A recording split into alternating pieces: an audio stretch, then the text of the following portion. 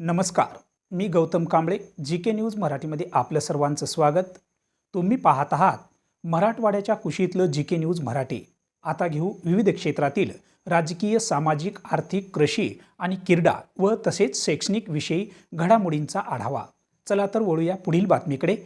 सुवर्ण महोत्सवी वर्षानिमित्त देशभरात हर घर तिरंगा हे अभियान राबवण्याची संकल्पना देशाचे पंतप्रधान नरेंद्र मोदी यांनी अंमलात आणली आहे आणि हे अभियान सुवर्ण महोत्सवी वर्षानिमित्त देशभरात मोठ्या उत्साहात हर घर तिरंगा अभियान राबवायला सुरुवात झाली. गेल्या 3 वर्षापासून सतत आपण हे अभियान मोठ्या उत्साहात राबवत आहोत. 13 ऑगस्ट 2024 ते 15 ऑगस्ट 2024 असे 3 दिवस सर्व विभागाच्या कार्यालय प्रमुखांनी आपल्या कार्यालयात ध्वजारोहण करावयाचे आदेश जिल्हा प्रशासनाने दिले आहे. त्याचबरोबर सर्वसामान्य जनतेने आपल्या घरावर राष्ट्रध्वज फडकवायचा आहे असे असतानाही काही कार्यालय प्रमुखाकडून राष्ट्रध्वजाचा तसेच राष्ट्रीय ध्वज संहितेचा अवमान झाल्याच्या बातम्या सोशल मीडियावर प्रकाशित झाल्या.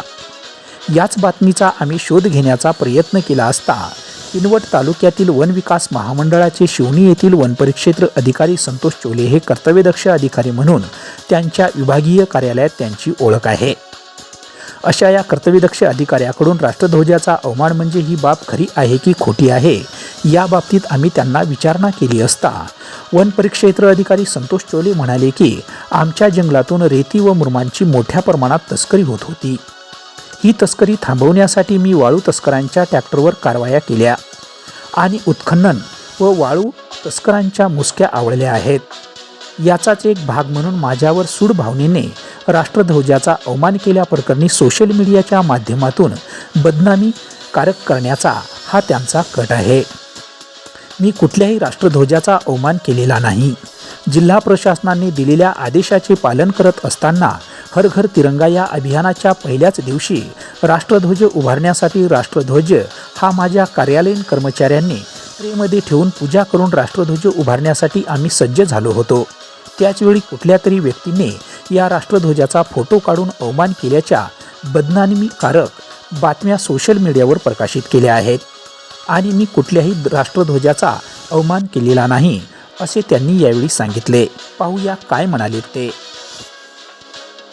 मी शिवणी आर्यपो SN चोले वन परिक्षेत्र अधिकारी.